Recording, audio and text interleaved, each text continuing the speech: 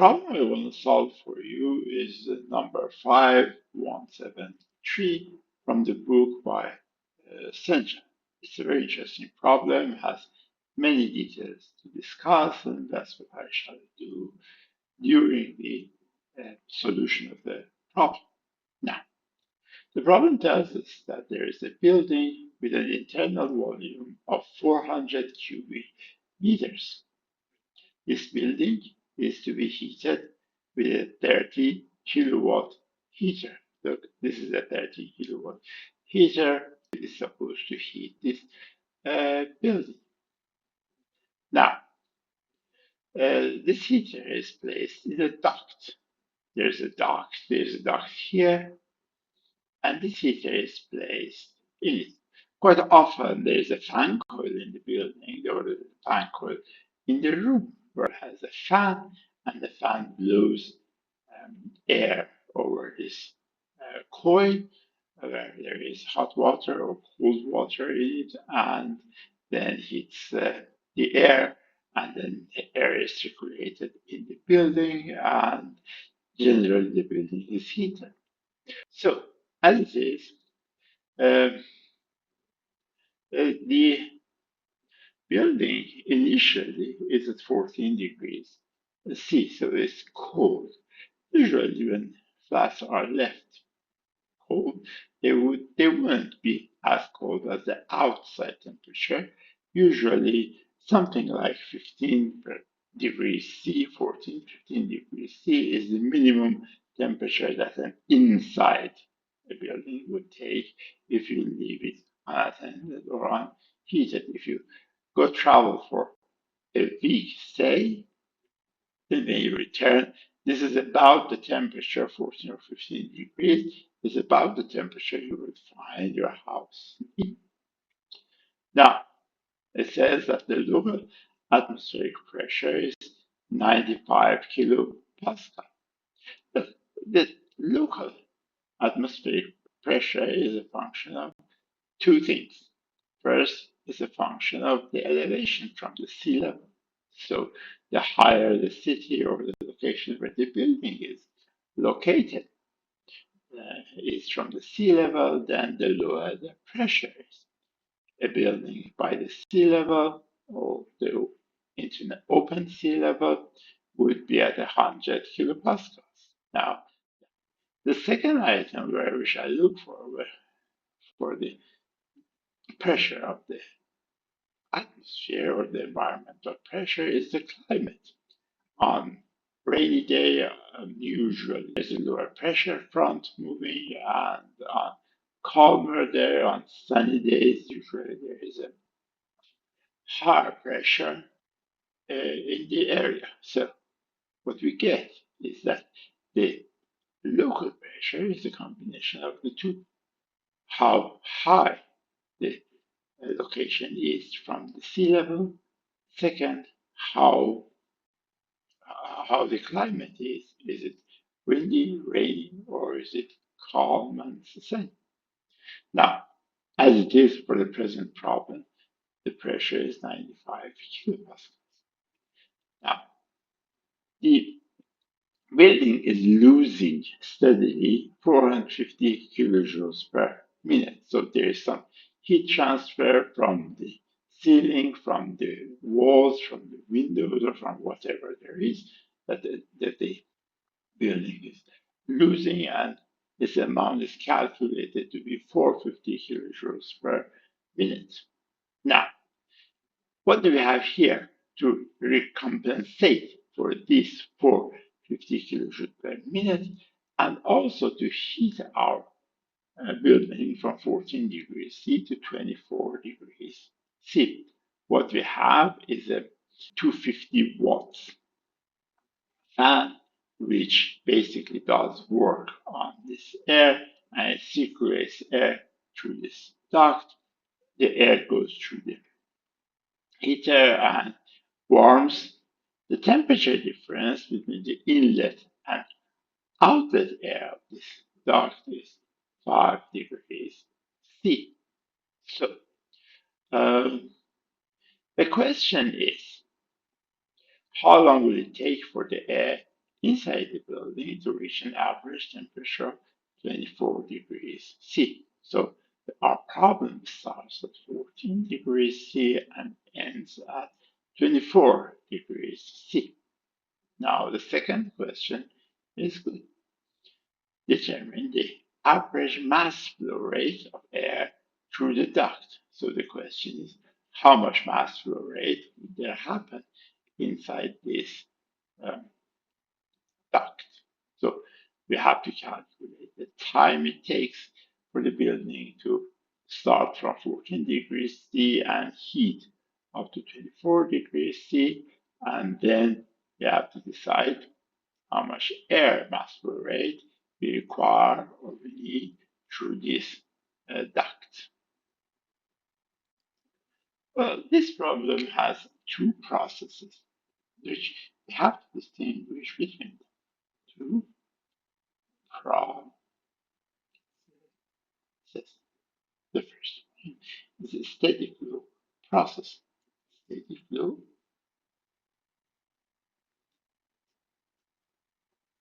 through the ducts.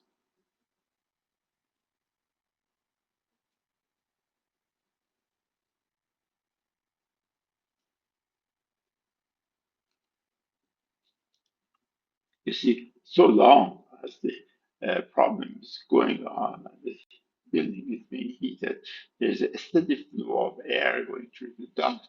This temperature is increased by 5 degrees C. This mass flow rate is constant. So this is a steady flow rate, steady flow um, process, which of course it has a beginning and end. But between these two conditions where it is decided by another process inside the building, then this is a steady flow process. Now, the second process is the house. This is unsteady flow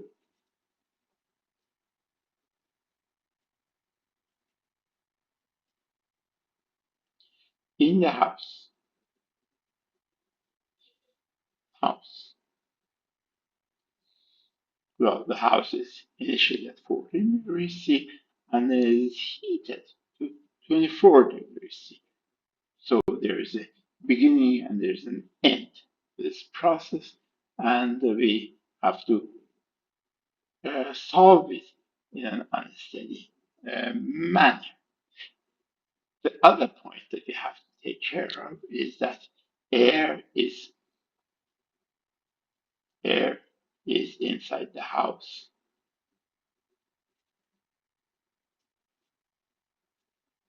And why this is important?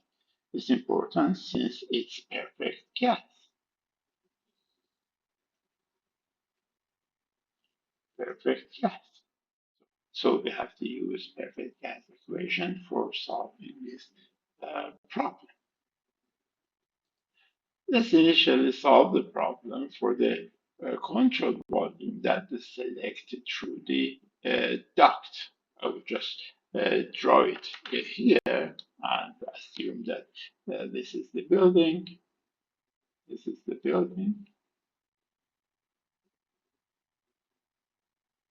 This is the duct, as you have it in more detail there. And this is the control volume that we select. The green is the control volume that we select. Here is I, and the other is E. And for this control volume, we write our equations. You see that this control volume has inlet flow and exit flow, and there is work going into it from two sources. One is the heater, and the other one is the fan, and they are both putting work into this control volume. Therefore, what I do is to write the governing equations. Our governing equations, as you know well, are these equations. There's the um, mass conservation, and there is the energy conservation, the first law of thermodynamics. And you have to simplify these two equations into different manners for the two control volumes or the two boundaries that we select. First, we are selecting the duct. For the duct, the problem is assumed to be steady, and therefore the left-hand side vanishes.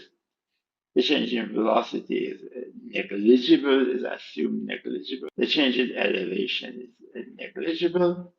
There is no heat transfer, but there are two sources of work into the control volume. So, how I write it, it is 0 equals m dot I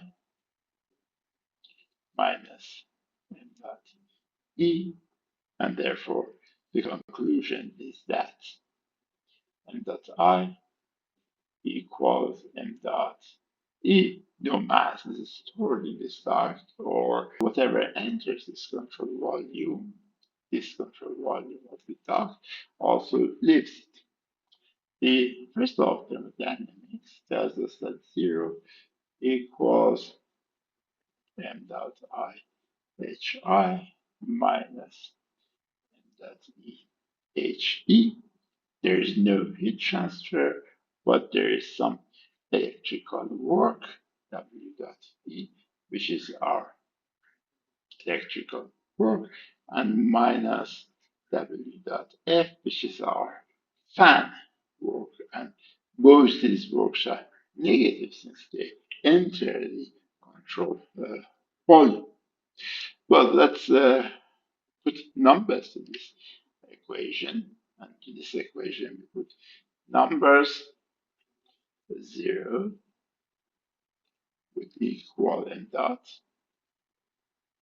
It's the same m dot for both entering and leaving flows, m dot, and since it's perfect gas, therefore we could put it as Cp0 times Ti minus Te, and minus electrical work is minus 30 kilowatts, and fan work is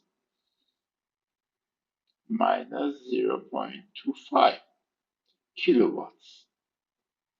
This Cp0 is 1.005 kilojoules per kilogram Kelvin, and this temperature difference, as we are told in the problem, is 5 degrees. T is 5 degrees higher than Ti, and therefore the value here would be minus 5.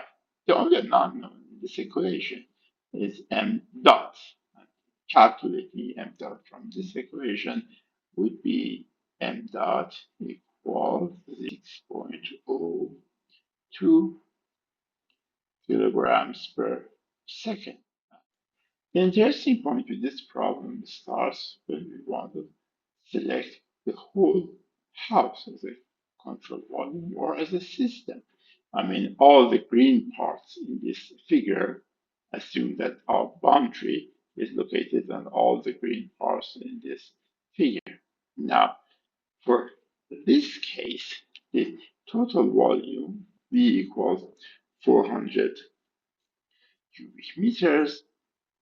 The volume is known, pressure is known, temperature is known, so it's possible to calculate mass. The initial mass, M1, equals from the perfect gas law, which is PV, equals mRT. M1 would be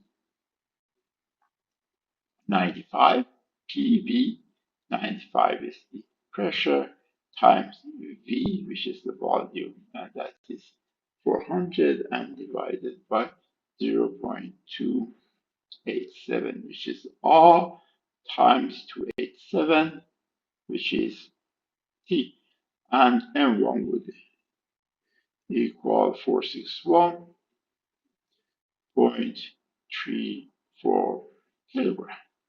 Now, if we calculate M2 for this problem, M2 would be 95 times 400, which is the same. The pressure is atmospheric pressure. Assume it to be the same, times 400 divided by 0.287 and times 297, and that equals 445.8 kilograms. Please note this equation, PV equals mRT. R is constant. There is no doubt to it. R is constant. V is constant. There is no change with it. Now, temperature increases. If M remains constant, which is what the problem has assumed in the book, then the pressure should increase in the building. Sometimes some buildings are pressurized by the heating system so that no cold air will enter the building. But if the pressure remains the same, therefore some mass has to go out, and they have just calculated the difference. Some mass has to go out so that the pressure would remain uh, the same. So, depending how you solve the problem, how you assume the problem to be, you could have two different answers. If it is assumed that the mass remains constant, I mean this initial mass remains constant and no mass leaves the building, then the building would be heated faster because the mass leaving the building won't be heated. If you assume that some mass leaves the building, then heating the building would be slower since there's time required to heat those air leaving the building. So these are two different cases, and I shall calculate both of them. Now, if I assume that the pressure remains constant inside the building, therefore some mass should leave the building. Therefore, M2 minus M1, M2 minus M1 would equal minus 15.54, which is the difference between these two masses, and that equals minus ME. 15.54 kilograms per second is the mass that leaves the building. Now, as for the first law of thermodynamics, is M2U2 minus M1U1 between the initial and final conditions, between when the room temperature was 14 degrees C and the final conditions where the house temperature was 24 degrees C, equals, well, no mass has entered, but some mass has left the building, MEHE plus Q minus Q, which is the heat transferred from the building, Q minus W, E, which is the input electric energy, minus W, F, which is the input fan energy. And putting numbers to this law, M2 is 445.8 times U2, which is CV0. T2 and CV0 for air is 0.718 times T2, and T2 is 297 Kelvin, minus M1, which is 461.34 times, once again, CV0T, and that is 0.718 times, this time is the initial temperature, which is 287, and that equals the energy that has left the house with the mass leaving the house, which is minus 15.54 times HE, which is CP0, TE and CP0 is 1.005 times the average temperature between initial and final conditions. We assume the exit temperature to be the average temperature between these two temperatures, which would be 292, the average between 297 and 287. This is uh, this term, and plus, well, the heat transfer was 450 kilojoules per minute divided by 60, which would be kilojoules per second. We're using kilojoules per second. Is our SI unit, and the sign for Q should be negative since it's losing heat, and W, which is minus, and the sign for it should be negative as well, because the W is the electrical energy input into the system, so it would be minus 30, and with similar reasoning, it would be minus 0.25, and all this lot is for per unit time, and it should be multiplied by T, which is the total time between the initial and final conditions. And the only unknown in this equation is T, and T would be 200.4 seconds, which, as you see, is longer than the time that is given in the book, which is something around 146 seconds. Well, if we assume that no mass would leave the building and the initial mass would be the same as the final mass, and all would be 461.34 kilograms, then the first law of thermodynamics would be M, which is the same as M1 or M2, M times U2 minus U1, and that equals, there would be no mass leaving, so there is no MEHE as it was assumed to be in the first case.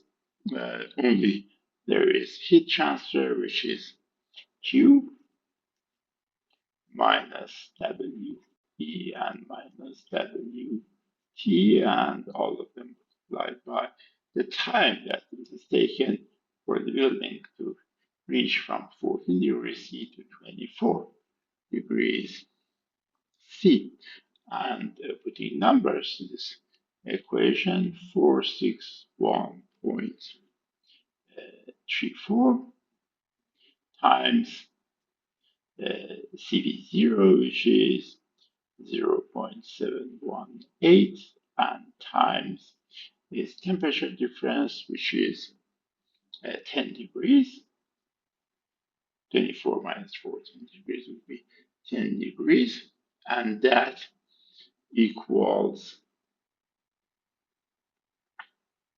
22.7, which is the sum of this lot times T, and T in this case would be 145.6 seconds, which is very close to what the book has calculated to be 146 seconds. So there's nothing wrong in each assumption. It just depends on which assumption we take. The real life is that the pressure won't be the same, and some mass anyway would leave the building, and that depends um, on the how airlocked the building is, or how is it possible that how windows and doors would allow her to leave the building. So the real case would be somewhere between these two. Well, thanks very much for watching and cheers.